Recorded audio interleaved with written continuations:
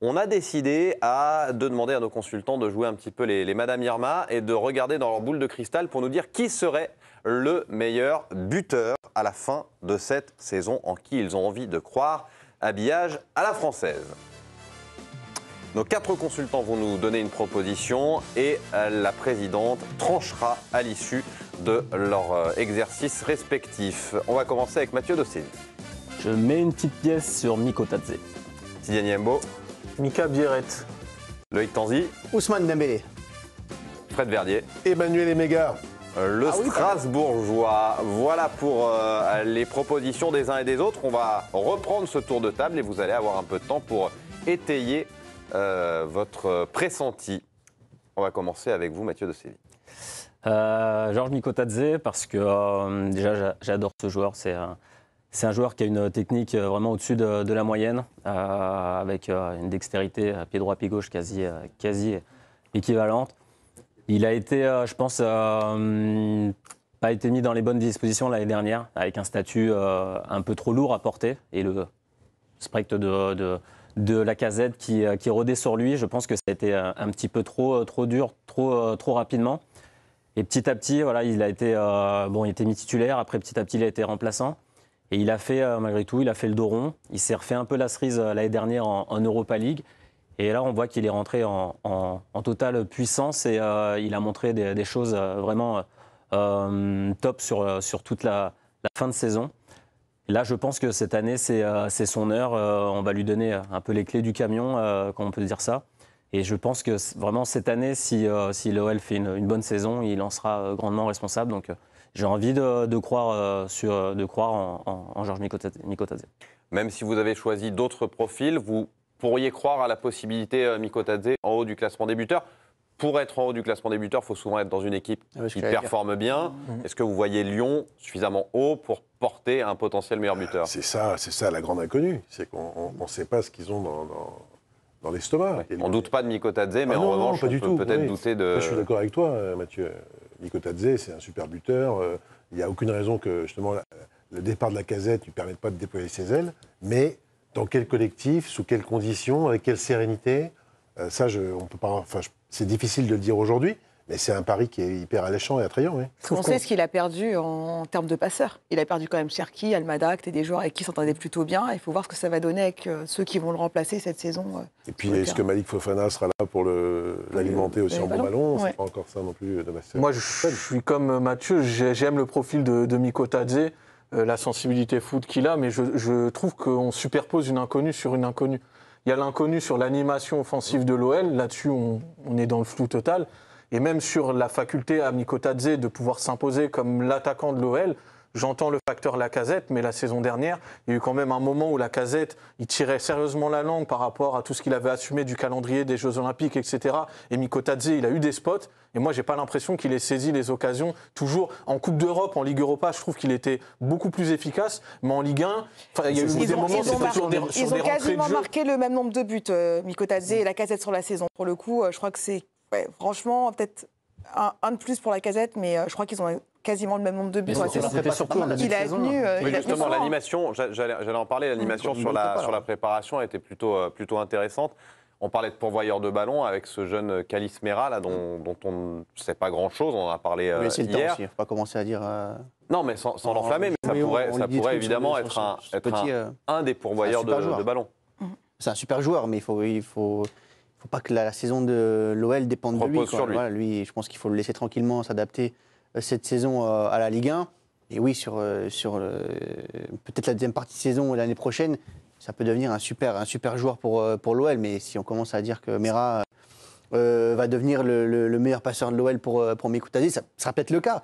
Mais il faut pas en attendre trop sur cette première saison.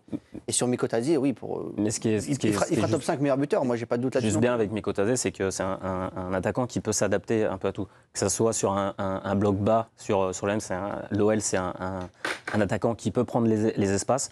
Et si l'OL a un bloc haut, c'est un joueur qui est capable de jouer dans les petits espaces, dans la surface, et de trouver des passes ou des appels que d'autres n'ont pas. Donc il a la technique aussi pour. Donc c'est l'avantage aussi qu'il a. c'est quand même un joueur qui marquait avec peu de temps de jeu en Ligue 1. Je ne vous rejoins pas vraiment Tidiane là-dessus parce que si on regarde en 13 titularisations en Ligue 1 seulement, il avait marqué 11 buts la saison dernière. C'est vrai qu'il marque beaucoup en Europa League aussi, mais il avait su saisir parfois les opportunités. Et donc là, en tant que titulaire indiscutable, on peut imaginer qu'il va pouvoir marquer plus et être plus haut dans le classement des buteurs. Autre petite information, l'année dernière, sur l'ensemble de la saison, Mikotadze, c'est seulement 4 buts de moins qu'Alexandre Lacazette. Ça référence quelqu'un quand même. Oui, bien sûr. Mais il y avait de toute façon, je pense qu'il savait qu'il était arrivé aussi pour faire la transition et qu'il y aurait cette saison où de toute façon, il devrait se partager le temps de jeu avec Lacazette. C'était compliqué pour l'OL de sortir entièrement un joueur qui les avait quasiment sauvés de la Ligue 2 la saison précédente et pour mettre Mikotadze titulaire. Il savait qu'il était là pour l'avenir et je trouve qu'il a quand même bien joué son rôle et qu'il a été précieux pour Lyon dans quand même pas mal de matchs. Deuxième profil de notre tour de table défendu par Tidiane Embo. Il s'agit du Monégasque, Mika Biret. Déjà, il a un profil qui dénote avec la plupart de ses concurrents. C'est que lui, c'est un vrai attaquant de surface. On parle de Greenwood, on parle de Dembélé, même dans une moindre mesure Mikotadze qui a peut-être un champ d'action un peu plus large. Biret, c'est un vrai joueur de surface et lui, il va vivre à travers le but. Avant toute chose. Donc je pense que ça, c'est un premier avantage. Ensuite, la demi-saison qu'il a réalisée, le ratio, il est quand même spectaculaire parce que 13 buts en 16 matchs, si on transpose ça à une saison complète, il est au-dessus de ceux qui ont été meilleurs buteurs la saison passée. Donc bon, certes, c'est de la projection, c'est du virtuel, mais c'est quand même un petit échantillon statistique qui n'est pas inintéressant. Je trouve que dans le cas d'un Greenwood, et même dans le cas d'un Dembélé, je pense que c'est des équipes où le but va être un peu plus démocratisé, où le danger pourra venir de beaucoup d'endroits. Je trouve qu'à Monaco, c'est un petit peu moins le cas, que ce soit Ben Seguir ou Akliouche, c'est des créatifs, c'est des passeurs, mais c'est pas forcément des buteurs. Biret, lui, est là pour assumer cette charge-là. Et puis je trouve qu'il a une vraie marge de progression, parce que pour l'instant, il marque 90% de ses buts à domicile. Ouais. S'il commence à marquer ne serait-ce qu'un tout petit peu à l'extérieur, son ratio de buts, il va encore s'améliorer. Et comme c'est un joueur qui n'a que 22 ans, qui vient à peine de connaître la sélection danoise, je pars du principe qu'il va progresser, que son registre va s'étoffer. Et donc, il n'y a pas de raison qu'il marque moins de buts. Vous parliez des pourvoyeurs de ballons. J'ai cité Akliou, j'ai cité Ben Seguir. On peut rajouter Caio Henrique qui revient bien, Vanderson aussi. Donc ça fait quand même des pourvoyeurs qui peuvent être assez variés. Et donc moi, je vois un Biret prolifique cette saison. On en parlera tout à l'heure des cotes, des différentes cotes proposées par les sites de paris sportifs pour imaginer le meilleur buteur. Mais Mika Biret est en haut. Je suis un simple présentateur, mais j'avoue que c'est un petit peu mon petit chouchou. Il a quelque chose, il a d'abord quelque chose, je trouve, en plus dans la finition, dans le sens du but. Et puis, il a, je vous regarde Fred, parce qu'on est un petit peu plus âgé que le reste du tour de table. Je trouve qu'il a un petit côté attaquant des années 90. Oui, c'est vrai. Moi, j'ai quelques interrogations sur lui. C'est que, pour l'instant, il n'a fait qu'une belle demi-saison. Malgré tout, c'est une demi-saison. Il faut voir sur la durée. Il était moins attendu puisque c'était une énorme surprise de le voir marquer, empiler les buts comme ça. Et triplé surtout. Et la succession de triplés qu'il a pu faire à ce moment de la saison. Et puis, Ligue des Champions.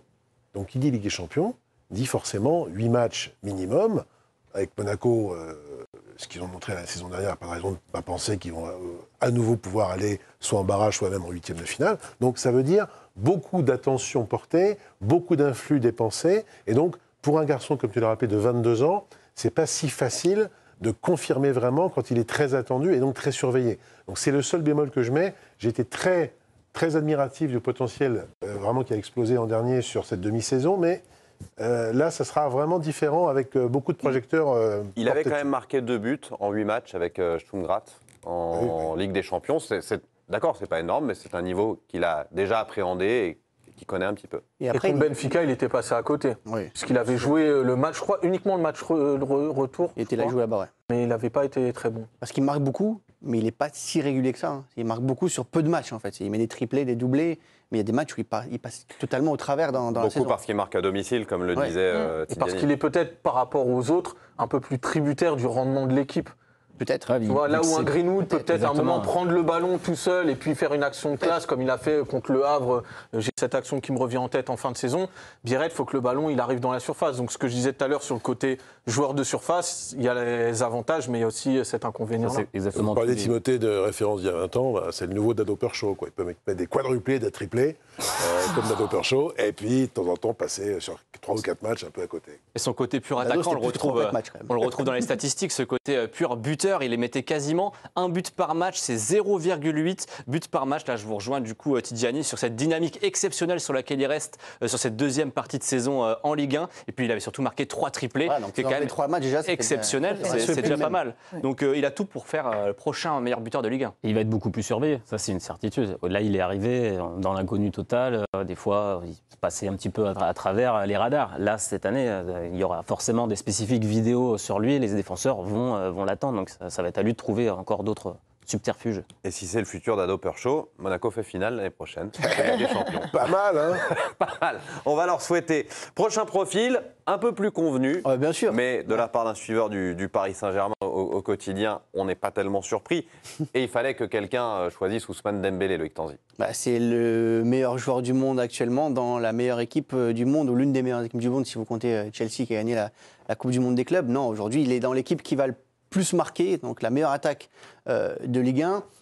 Et on parlait justement d'un peu de joueurs qui vont, plusieurs joueurs qui vont beaucoup marquer dans cette équipe-là. Mais lui, il a changé de mental depuis le mois de janvier. Il y a vraiment quelque chose qui a changé chez lui et il va moins faire la passe à ses partenaires pour plus marquer.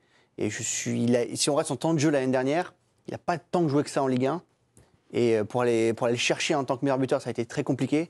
Moi, j'ai aucun doute sur le fait qu'il va faire ce qu'il a fait en fin de saison. Il va le faire sur le début de saison. Il va beaucoup marquer en début de saison cette année, je pense. Et donc, il va finir assez largement, pour moi, meilleur buteur par rapport à l'année dernière. Alors, je me fais un peu l'avocat du diable. On a pu entendre certaines voix estimer que peut-être que Ousmane Dembélé avait été entre janvier et avril, peut-être à 120% de ce qu'il était, peut-être au-dessus. D'autres estiment simplement que c'est sa progression qui est aujourd'hui à 100%. Est-ce qu'il y en a qui sont d'accord avec cette idée que peut-être qu'il a surperformé à un moment et qu'il faut peut-être s'attendre à une petite baisse de régime ?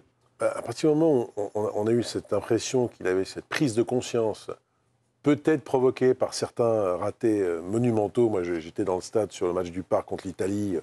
Il fait une espèce de truc incroyable. Et on voit lui-même qu'il est gêné, quoi. Et derrière, il y a ce que visiblement Luis Enrique a même concédé, et lui aussi, sur le travail spécifique devant le but, le fait de se rapprocher, etc. Et de voir ce qu'il est aujourd'hui. Bah, je veux dire, il n'y a pas de raison que tout d'un coup, il peut se blesser, il peut voilà, un petit peu avoir un contre-coup physique ou ce que vous voulez, mais il ne peut pas tout d'un coup se remettre à être le Dembélé, on va dire, un peu fébrile, avec beaucoup de mauvais choix qui pouvaient être devant le but, parfois par panique ou par fatigue. Donc pour moi, il n'y a pas de raison que tout d'un coup, ils se mettent à rater des balles à 5 mètres, un plat du pied qui part à côté. Ça me paraît devenu une vue de l'esprit. Et puis il y a quand même quelque chose qu'on a mis en valeur dans son évolution, c'est le fait qu'il soit devenu un joueur d'équipe et que même dans les moments importants de la course, cette fameuse course au Ballon d'Or, ou même dans les moments cruciaux en Ligue des Champions, c'est pas un joueur qui a joué pour sa pomme, c'est pas un joueur qui a cherché le but à tout prix. Plus qu'en début de saison. Oui, plus qu'avant, parce qu'il avait gagné en lucidité et en confiance. Mais je veux dire, si dans une situation de 2 contre 1 face au but, il peut faire la passe, il la fera. Oui, tandis que dans le pool de joueurs là qu'on évoque, moi je pense qu'il y en a au moins la moitié, ils prendront dans 90% des cas leur chance. Donc moi c'est pour ça, en fait c'est un facteur parmi tant d'autres sur est-ce qu'il va pouvoir jouer au même niveau. Est-ce que physiquement par rapport à cette saison interminable Paris Saint-Germain, est-ce que lui à un moment va pas avoir aussi un petit coup de mou. En fait toutes les questions qu'on se pose sur le PSG, on peut lui transposer à lui. Et je rajoute le profil du fait que pour moi c'est pas un joueur qui est égoïste et que parfois quand tu veux être meilleur buteur, bon, il nous a contredit l'année dernière, mais souvent, il faut avoir cette petite part d'égoïsme aussi. Bah, moi, je vais vous dire pourquoi Dembélé va être le meilleur buteur de Ligue 1 la saison prochaine. J'ai la raison. C'est parce que les 10 derniers meilleurs buteurs en Ligue 1, ils jouent au PSG. Et oui, parce que c'est l'équipe la meilleure, celle qui est championne très souvent. Et la statistique, elle est là. Ibrahimovic, Cavani, Mbappé, et puis Dembélé la saison dernière ont été meilleurs buteurs. Donc, il a toutes les chances de se succéder à lui-même. Dernier profil, Emmanuel Emega, défendu par Frédéric Verdier, ça me plaît beaucoup également. Ah oui, oui, moi j'aime beaucoup. J'adore le joueur et j'adore le caractère. Voilà, le caractère, le fait que Liam Rossignol aussi, sacré coach, qu'on connaissait peu, en début de saison dernière, a fait du super boulot avec le Racing. Le fait que Chelsea et donc Gluko, en fait, l'a quand même défendu, puisqu'il a été attaqué au Mercato, Emega, et on a proposé 20-25 millions, pas de problème, il reste. Et il a le brassard. C'est aussi quand même une sacrée preuve que Rosenior, non seulement compte sur lui, mais veut bâtir l'équipe autour de lui. L'arrivée de l'Argentin Panichelli aussi m'intéresse beaucoup, parce que ça fait à la fois une possibilité qu'il soit peut-être un peu moins seul devant, et qu'il puisse éventuellement avoir du roulement, et que Panichelli, comme on l'a vu en amical à Mayence, soit capable de jouer avec lui et de lui faire des bons ballons, et puis qu'il ait un profil intéressant. C'est un garçon qui est capable de marquer, je trouve que c'est un vrai neuf, parce qu'il a quand même le physique, il fait quasiment 2 mètres, mais il n'est pas lent. Hein. C'est pas Yann Koller, autre référence qui va vous plaire. Je suis encore un monégasque. Voilà. Donc, bon, je trouve qu'il coche pas mal de cases, et en plus, il est au sein d'une équipe qui, contrairement à Monaco, contrairement à Marseille ou à Paris, ne joue, entre guillemets, que l'Europa League. Donc, on peut penser qu'il n'aura pas cette attente, il n'aura pas cette absorption que peuvent avoir des Biarritz ou des Dembélé. Il sera capable d'enchaîner et donc de marquer des buts avec le Racing, qui, je trouve aussi, c'est moins clinquant que l'OM, mais c'est renforcé de manière intelligente, en tout cas à garder la plupart de ses forces. Et c'est vraiment une équipe qui me paraît capable de marquer pas mal de buts, et donc, au bout de la chaîne, d'avoir Emega pour les mettre au bout, au fond. Emega, oui, c'est un joueur qui a une belle progression. Et on peut l'imaginer arriver vers les 20 buts parce que sa première saison, il en avait mis 8 des buts en Ligue 1, saison 2023-2024. Saison suivante, 14 buts en Ligue 1. Donc si la progression, elle est logique, ça ferait 8 buts, 14, on peut arriver sur les 20 buts. Il peut tutoyer ce rôle de meilleur buteur de Ligue 1. Siani, notre présidente Siani Dalmat, pour trancher, peut-être nous dire quel serait potentiellement votre avis. Est-ce que on va rien cacher au public. Vous penchez plutôt pour Dembélé. Est-ce que l'un de nos interlocuteurs vous a convaincu du contraire? Ils sont vraiment tous très bons ce soir. Vous avez bien choisi, mais je vais rester sur l'idée. Quel bruit infâme. C'est important d'être bienveillant et gentil. Je vais rester sur l'idée d'Ousmane Dembélé, parce que je suis assez d'accord avec Loïc sur le fait qu'il joue dans une équipe qui va marquer énormément de buts. Et donc, du coup, ça va forcément l'aider. J'ai cette petite réserve de savoir si effectivement il va réussir à enchaîner 2 saisons à un tel niveau. Mais ce qu'il a montré hier déjà, c'est exactement. Une petite preuve que voilà, exactement. Il est encore là. Il est encore présent. Oui, mais bon, il va pas rester. Hier, il était de partout, sauf devant le but. C'était un peu le problème aussi. Il va s'y remettre. On lance un débat, Timothée, si vous voulez. Mais non, mais je suis convaincue qu'Ousmane Dembélé peut nous refaire une saison à plus de 20 buts, et je mettrai une petite pièce sur lui, évidemment. Merci, Siani. Ousmane Dembélé, voilà donc pour le choix de la présidente. Sachez que tout cela a été enregistré et qu'à la fin de la saison, 3 d'entre vous, peut-être 4, passeront pour des idiots.